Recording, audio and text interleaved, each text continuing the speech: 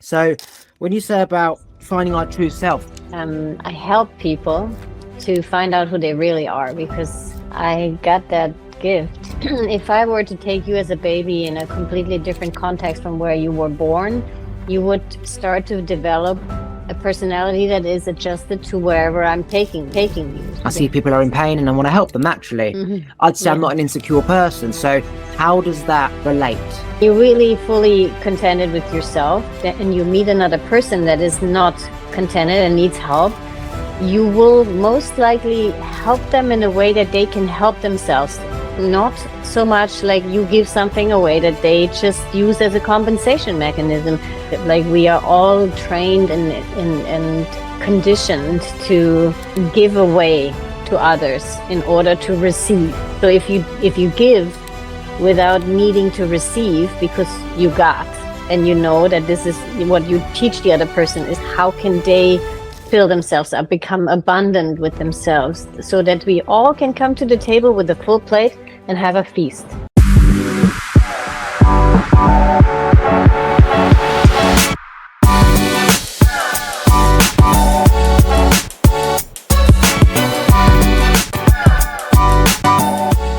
Tell me who you are, what you do, and why you do it. Oh, well, my name is Crew, and what I do is I help people to find out who they really are because I got that gift to know that, like, have always known that. I was already born knowing what really is there. So if people really want to know who they are aside from what they um, develop to be within their society as a personality, so maybe I should elaborate that a little bit. Most people perceive themselves in a personality context, identification, and that personality is created by the environment that you grow up in. And if I were to take you as a baby in a completely different context from where you were born, you would start to develop a personality that is adjusted to wherever I'm taking you. So that's different in India than it will be in the UK, for instance, or in Australia, in the outback, compared to Stuttgart in Germany. so so often that personality has very little to do with who we really are. And most humans are always on the search for something. They always feel there is something else, but they can't really pinpoint what that is. And that is their true self, like the quality of their soul, or whatever you want to call that. And in best case scenario, you have parents that foster like a relationship with you that helps you to understand where is your gift, what did you bring to this world, like who are you really, where are you coming from, what do you remember. Most kids actually have so much of that, but then they go into this narrative and they are being raised in a collective where everybody gets taught the same thing and everybody kind of needs to be good at the same things.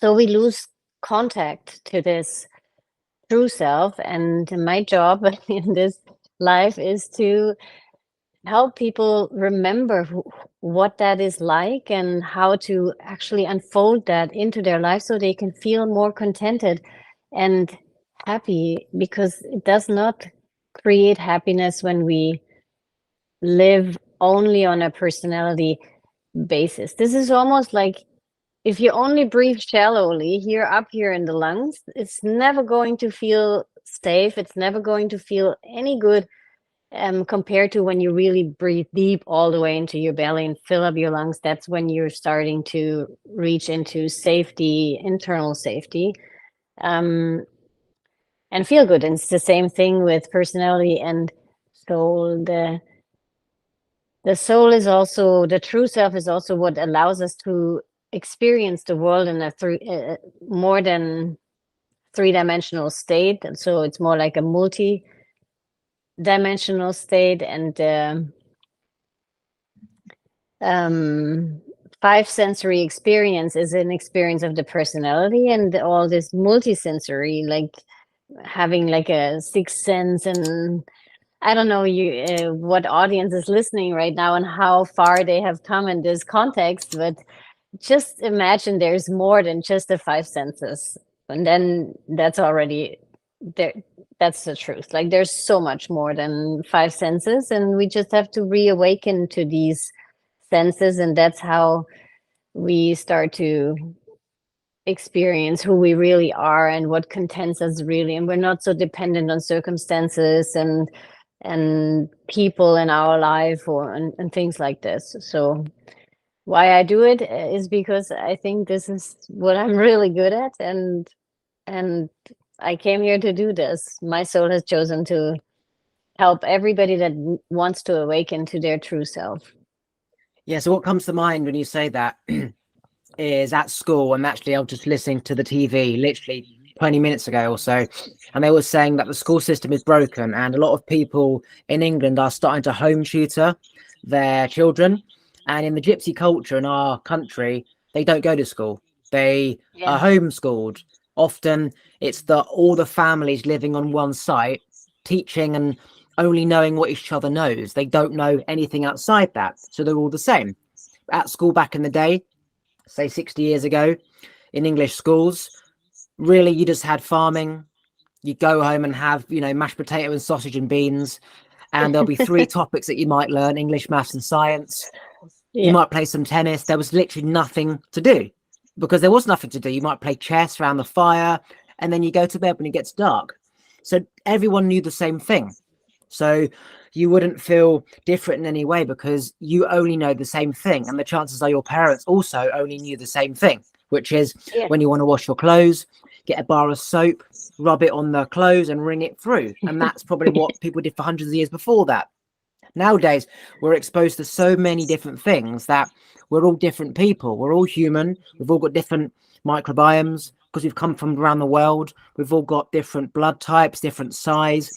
A bigger person isn't supposed to have sex with a smaller person because now their child's going to have like a fucked up back because, they're being like a big skeleton is being shoved in a small body. Now they're going to have problems like scoliosis.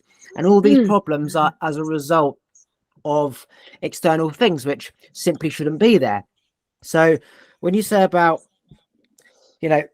finding our true self, so many people are now getting to that point where we're having breakdowns because now it's becoming too much. Like there's only so much going inside because of the outside you can do before essentially you just want to kill yourself and disappear. And this is what's happening, that the outside pressure is getting too much now that people literally have run out of coping mechanisms. Nothing works. Medication doesn't work. Meditation doesn't work. Diet doesn't work because the problem is that we shouldn't be blending in with all these external things in our environment. And, I think eventually there is going to be a reset where humans just simply go inwards and never really go outwards, such as people being homeschooled and they don't end up being at school with people and all these different ways of living. And then we'll go back to living like gypsies, just doing what your family have always done and knowing what your siblings know. And you don't need to know what's going on over there because that's not your problem. I'm not so sure that it's quite that extreme. I think it's actually maybe a little bit more extreme in some ways and then less in others. I think the future will look a lot like that.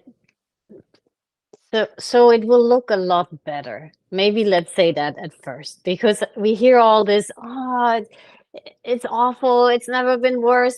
I am around for a very long time. My memory is not like most humans' memory. Most humans' memory is very linear to this life. I don't have that. I was already born with this ability to remember. It's almost like a 360 memory of like future, past, and present. And so it's never looked better than it does right now in this creation cycle. So this is a very, very wonderful time actually right now because we have crossed the threshold. So if you think of this from a grand perspective of creation cycle, then we are in this time right now where we are returning home. Like, let's think of it. We left home, we left home, we left home, we left home for a very, very long time, or source, or whatever you want to call this, like with the well of what all brings forth all life, or and now we're on the way back in since 12 years, and that is completely a different experience. It's also an experience of unity and not an experience of separation. So while we are becoming more individual, we are also becoming more unified, but unified not in the context as we were before, like being like everybody else, and being in this great narrative, and coping, and trying to manage all of these pressures that come from the outside. It's more like a unification and understanding that we are essentially all one, but that we have this beautiful, beautiful quality within this oneness. Like, there has been this aspect of that oneness that I embody, and to understand that makes me completely independent. Sometimes I have to look for the English word. I'm German, so also I had only 3 hours of sleep last night. No. My luggage was lost. So we become independent when we really know who we are from outside things, which makes us more courageous to be really what we feel is truly us. So while we are becoming this very individual self that is not playing along the narrative anymore, we also understand the beauty of oneness, and that we are all one. That makes us treat each other completely different. We have a completely different respect for one another when we are anchored in our own self and understand that you and I are one. So because when I treat you shitty, then I know that actually infinitely I will treat me shitty, you know. So it makes no sense. So by becoming more this true self, we will also support this unification, and a better community, and a sense of deep respect coming from a place of knowing that we don't have access to right now. So many people struggle with so many things is because they don't know who they are, and they don't know how to relate to their surroundings from the place that they're at.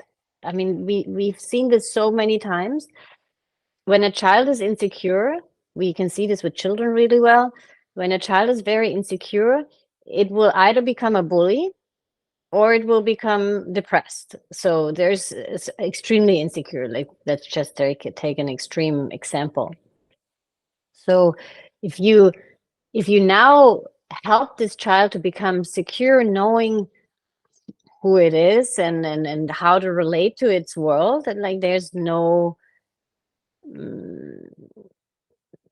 fighting over position and all of that, because I know my position. There's nothing what I need to be insecure about, whether this person likes me or not. It doesn't matter to me, because I am contented with myself and filled through my own position.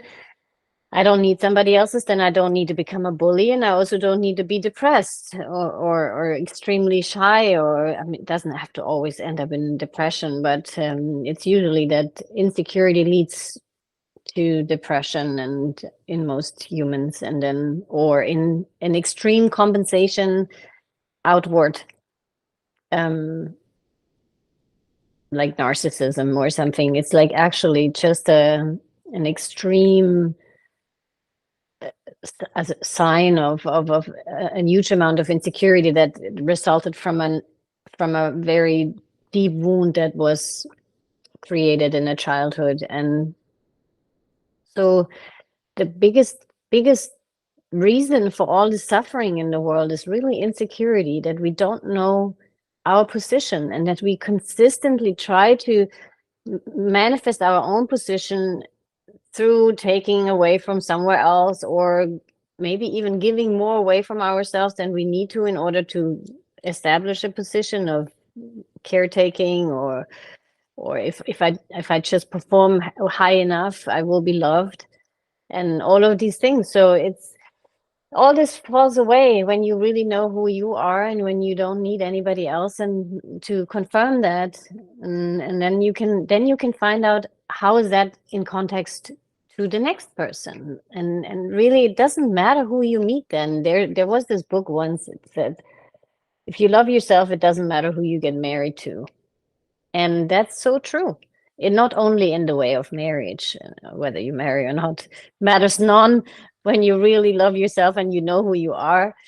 But what the truth is that when you are in your own skin, fully yourself, then it really, really doesn't matter whether somebody else is or not, or if nobody is, or everybody is. Like, you will relate to the whole world the same from your position. And you will learn all these beautiful things that have only to do with you, and you can be good at what you're good at. Like It, me, I'm only good at this.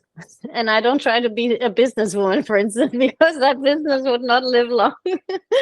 go into more detail on when you are content within yourself, that you won't care if other people are content. For example, I want to help people, right? I see Yeah. people are in pain and I want to help them naturally. Mhm. I'd say I'm Yeah. not an insecure person. So how does that relate? Someone who's So, insecure. So if you're content, then you won't feel the need to help others. Because with me, it's the opposite. So I want to understand what you mean by that. so when you really fully contented with yourself, and you meet another person that is not contented and needs help, you will most likely help them in a way that they can help themselves. Not so much like you give something away that they just use as a compensation mechanism, because you will not be able to relate to that mechanism anymore, because you have this internalized this contentment through self. So you don't do this usual pattern. Okay, I'll just, let me do this for you, and I help you in order to find your position. You know, I give you help to self-help. Whether you take that then or not, that's Mm. independent from what my results. Like, a lot of help comes from wanting to secure position, and it's very subconscious, very, very instinctive. Like, we are all trained and conditioned to give away to others in order to receive. So if you give without needing to receive, because you got, and you know that this is what you teach the other person, is how can they fill themselves up, become abundant with themselves, so that we all can come to the table with a full plate and have a feast. So this is basically the end scenario, is that we all come with a full plate, and that we share what we have in an overflow abundant state, which is our natural state of existence. Like, we were not supposed to be with disease, flawed, incomplete, broken, lost. All of these things, they were just things that we experienced. Now we're going back in. So it's all time to come to remember that we are whole beings that have everything that they need within, and that we just need to change the direction of the way how we learn things and what we learn. And like, if you're a really good writer, Oliver, then you should be nothing other than a writer. Like, you don't need to be a physicist, you don't need to be a chemist, you don't need to be a mathematician. But what do we learn in school? All of these things. And yeah, it's a little bit more creative maybe in the States. Kids can become writers there, but then there's so many other rules in the States that they won't let you out of your narrative at all. So it's not here in the world yet. So homeschooling will help, maybe in the context of that the pressure from the school falls away. But then it's also important that parents start to ask their children, or even observe their children early on, and ask, what is this child showing me? And not say, "Ah, stop the fantasy now. let's get real, let's learn math or learn English literature. But if you are a builder or a carpenter, a beautiful carpenter, or a violin maker, I don't know what these people are called, but you know what I mean. So then you should be learning these things, and maybe sometimes you are none of all of these things, and all you are good at is moving your body or keeping balance. Then there will be a place for you. Maybe you're a healer. Who knows? There's a million things that one could possibly be, and the best thing is that parents find that out early, what their child is, and don't try to make their child fit into their narrative. So narrative does not always just mean great societal context. Like, it also means small context, even in a relationship where there's only two people. When one tries to always adjust to the narrative of the other person, that will not be a happy relationship down the road. This is all about compensating, positioning, and it has nothing to do with communion from one true person to another true person, or from one true person to a person that is still on the path. It doesn't matter. Like, once you are in yourself, you can be with someone that is not there yet. It won't trigger all of these compensation mechanisms anymore. It's the So beauty when about it. So we don't have to change someone else. That's good. so talk about how you said insecure people end up becoming narcissists. Oh yeah, yeah. That's actually one of the most common responses. So they, And can they I flip it would. around on the other person and call them a narcissist? Is that part of the trait? Self in denial and projection, right? Yeah, yes, absolutely. So a narcissist initially was a person that was very empathetic. So we all have heard this term empath.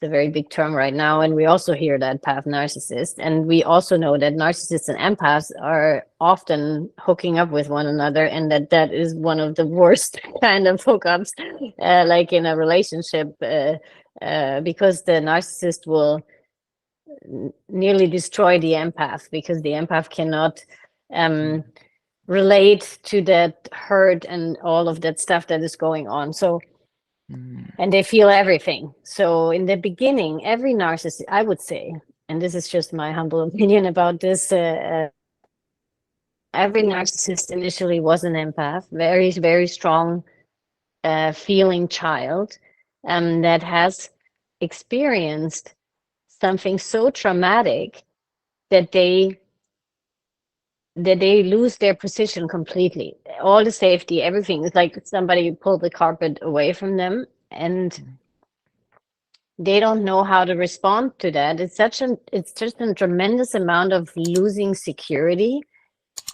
And already as an empath, as a child, you perceive all these currents that are within your family, that are with parents, that are with society, with other people. So you're already in a context of constantly observing your surroundings. You're always in a very alert state as an empath, because there's so many, you're constantly trying to bring order to all of these observations and assess. It's actually a consistent state of assessment. And then this traumatic thing happens, and usually that is either one parent, depending on what. If you are a guy, it's usually a mother wound, and when you are a woman, then it's usually a father wound. But I mean, we've seen also wounds that have been applied from both parents, so that's not a general rule, but it's often that case, because the other sex matters so much in your relationship to your parent.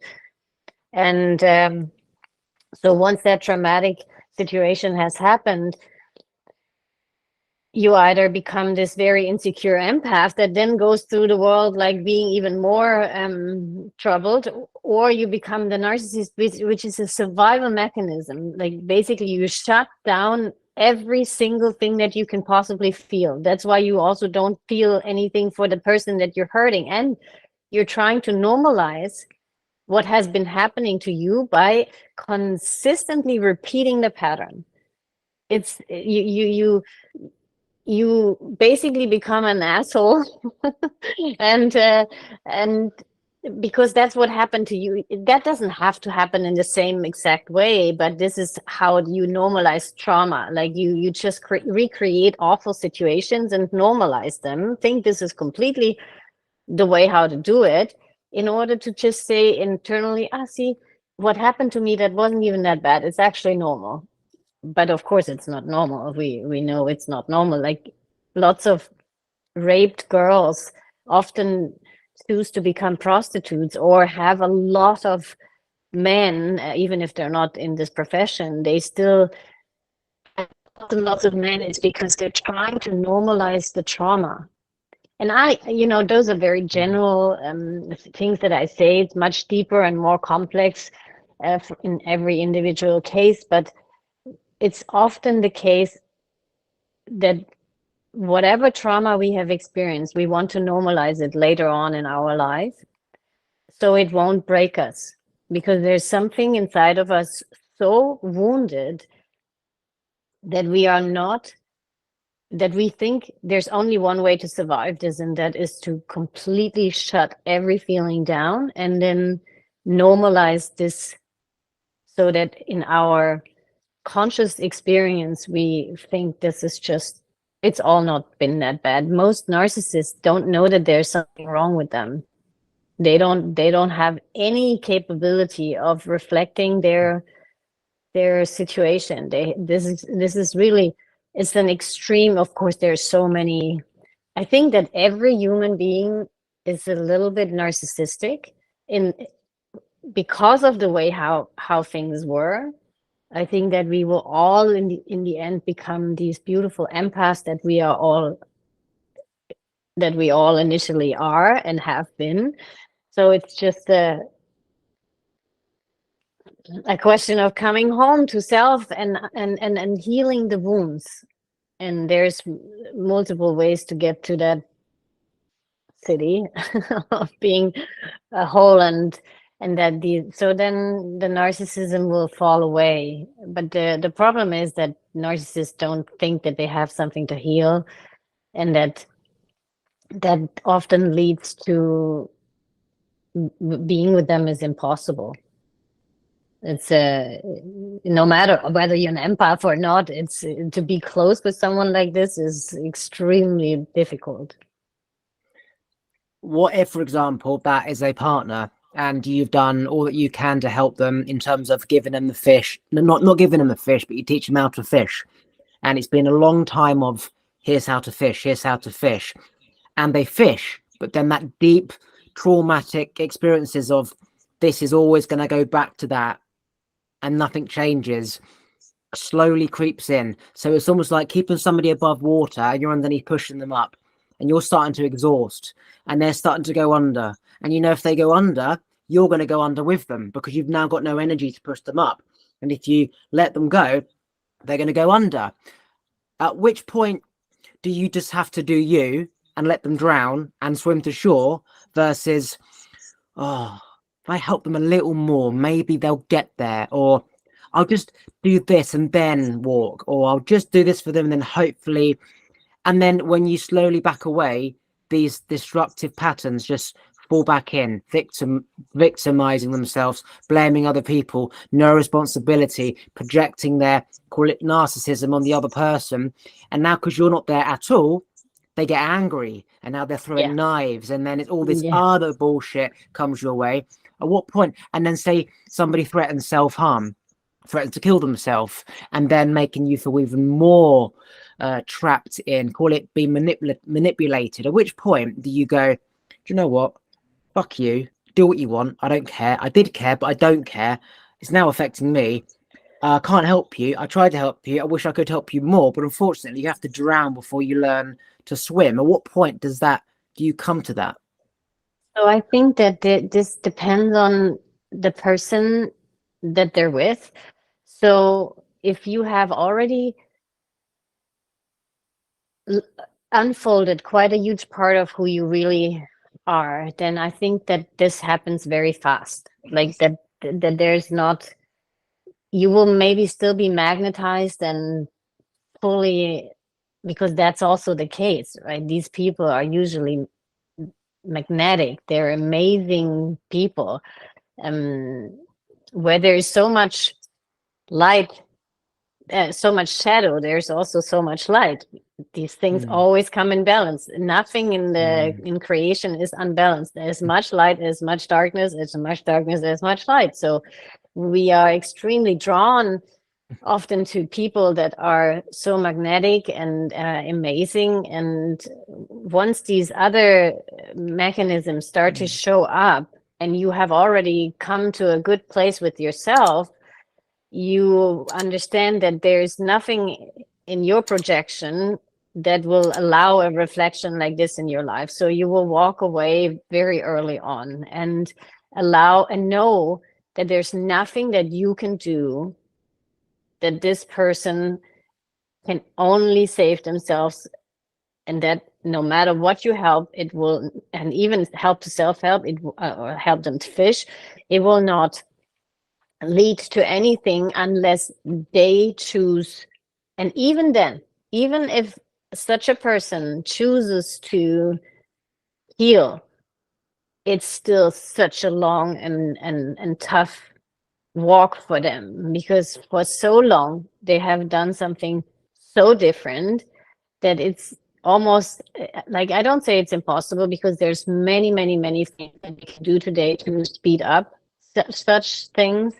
For instance, medicines, like in for narcissists in particular, it's a really beautiful start to do psilocybin in a therapy context, not recreational. Let's just go and fly and create illusions, like, but to open the heart, and in order to actually move towards a better understanding of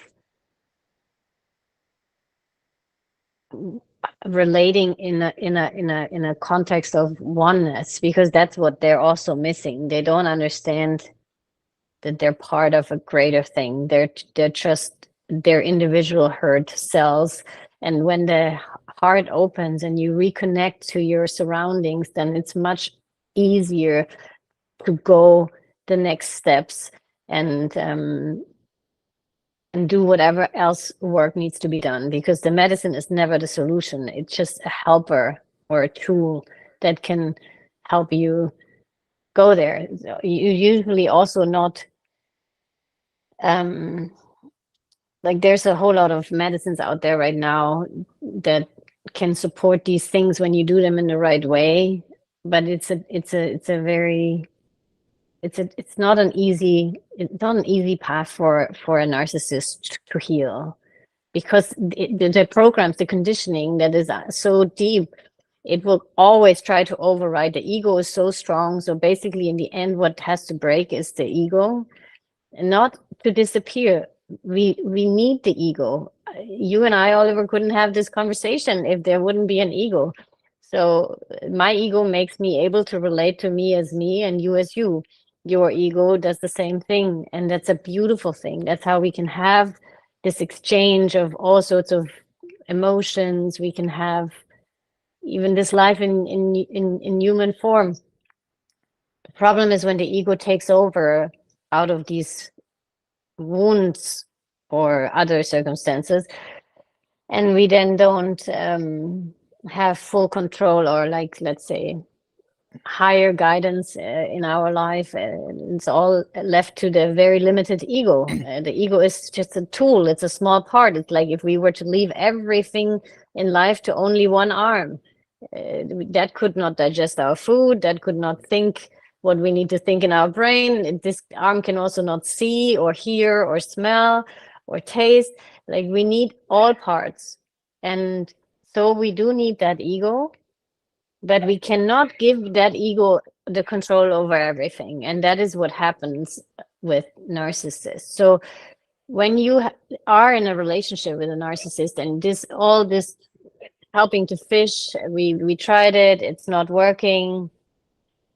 So we're now at a point where we are just breaking apart, and when we realize we're drowning, like when you realize that, that's the minute where there's only one way out. This person, you cannot help this person. It's, if you have gone so far already and you're about to break, it takes, I don't know what it takes to stick through to something like this. I don't think that's a very common possibility. But get out. The only way to win is to not play. It's the only way to win, is to not play. And win is not over the other person, it's winning your quality of life back. And no matter how much you love this person, you can love somebody also from far. You don't have to be with someone in order to love them. Self-love more than you love the other person, and then allow them to reach their healing in their own time. And maybe there will be a time later where you reconnect when there's more healing done, but maybe not. It doesn't matter so much. Once you find, sometimes even this narcissist could be the person that leads you to finding out who you really are and who you really want to be, and then be a part of your path and self-empowerment. So that's great, but you got to get out. When you see it's pulling you under and down, you got to get out no matter what. There is no convincing, there is no discussing. No matter what you say, it will be turned around. It's not going to be a pleasant experience if you keep discussing or trying to explain yourself or defend yourself or explain the other person how you mean only well, or there is no ear for that. There is no ground. So stop it and get out as early as you can. So to summarize, the person has to have an ego death on their own terms, and if you're drowning, Yes. you have to get out, right? Yes, Okay. absolutely, 100%. To end, if you had one day left to live, what would be the biggest life lesson you would tell the next guest?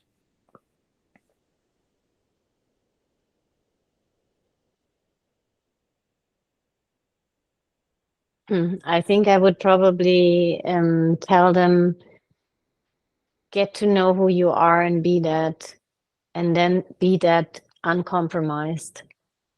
I think that would be what I would tell everybody, and that everybody is really, really beautiful and loved, and that whatever you think about yourself, it's not true. Like if it's not beautiful, it's not true, because we are really, really beautiful, all of us, no matter how flawed or how awful things we have done. Like forgive, forgive, forgive, and go into really getting to know who you are. That's, to me, the most precious gift that anybody can give to themselves. Because what comes from that, the happiness that comes from that, that's really beautiful. That's what we all long for. What one of the guests said to my next guest is, always surround yourself in love. It should always feel good. If it doesn't feel good, you shouldn't be around it. And that works. It aligns perfectly with what you said about the narcissist. If the love is now becoming toxic and hatred and the fun's gone, as much as you once loved them, love the future of them, wish them well, being with somebody, you're supposed to feel good. And if that isn't there, then you have to, do yourself and go within. Yes, absolutely. Like love, surround yourself with your own love. That's the most powerful love that will always and ever be there, and it will also content you more than anything else in life could ever do. This is really, it's the perfect truth. And when something feels doing the opposite, then it's just not, then it's not right. Okay, I appreciate you coming on. Thank you very much. Thank you, Oliver. Thanks for listening. If you like this episode, please remember to subscribe, turn the bell notifications on, like the episode, and comment below. And if you want to follow me on Instagram, it's YesKingOliver. Take a look at the other videos to your side. And if you just want to listen to this podcast, you can do so on Apple and Spotify and most other platforms by going to talkwitholiver.com.